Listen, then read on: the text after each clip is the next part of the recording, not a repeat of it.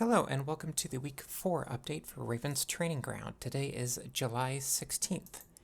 This week, plus a little bit of last week, we had 32 commits from 6 different contributors, which brings our lifetime commits to 105 from 7 lifetime contributors, and we just wrapped up week 4 of 15. This week we had MD Fuchs come in and add his music sequencer as well as a couple of test files.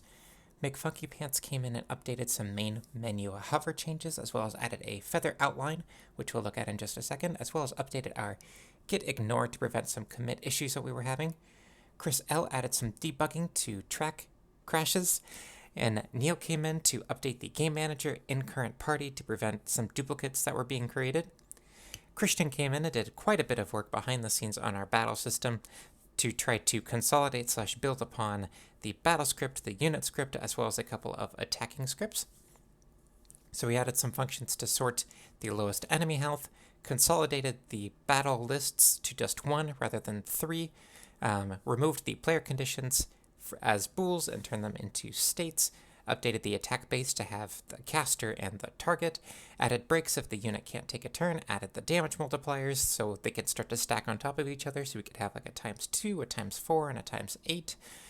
He updated the targeting logic to move into the unit side as compared to being in the battle side, added some affinities to handle strengths and weaknesses, added a way to target multiple targets, and added an enhancement base class to handle buffs and debuffs through our support attacks.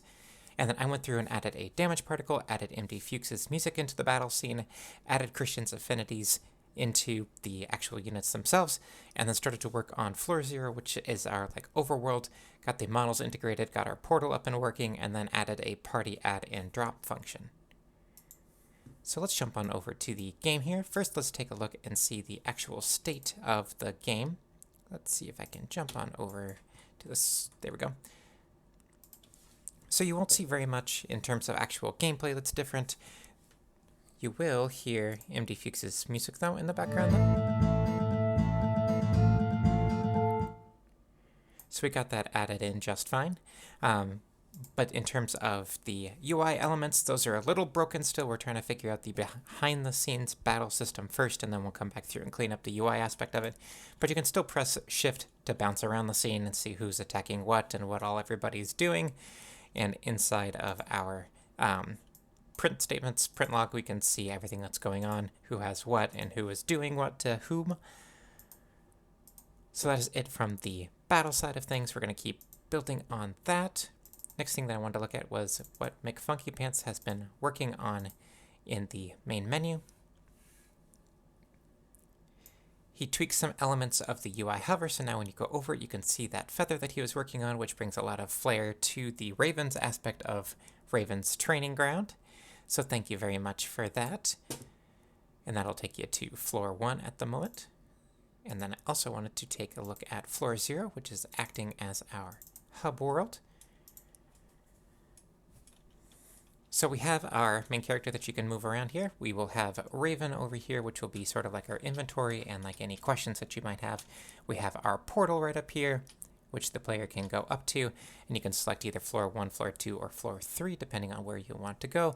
Once Floor 1 is done, Floor 2 will unlock, and then Floor 2 into Floor 3.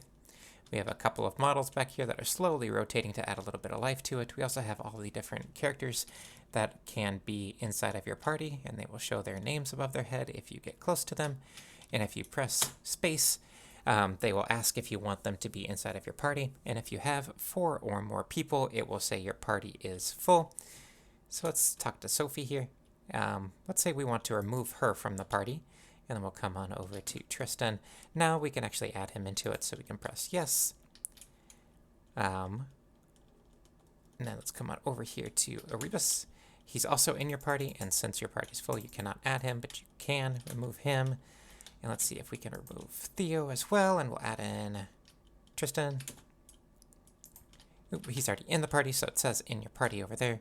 Let's add Sophie, and let's add Phoebe. So it's a very modular type of system, and it's adding everything behind the scenes to the game manager, so it's tracking it that way.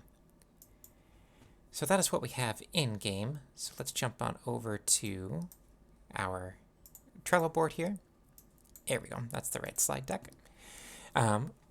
Coming up in this next week, I'm going to be out of town on the back end of the week, so I'm going to spend a little bit of time working on the art, trying to get a couple of our characters done, as well as a couple of our inventory element things through Raven in that Floor Zero. We're going to integrate some music. And then we did a little bit of restructuring since the battle process and that whole flow is getting a lot more in-depth. So we extended most of that out until basically the first playtest.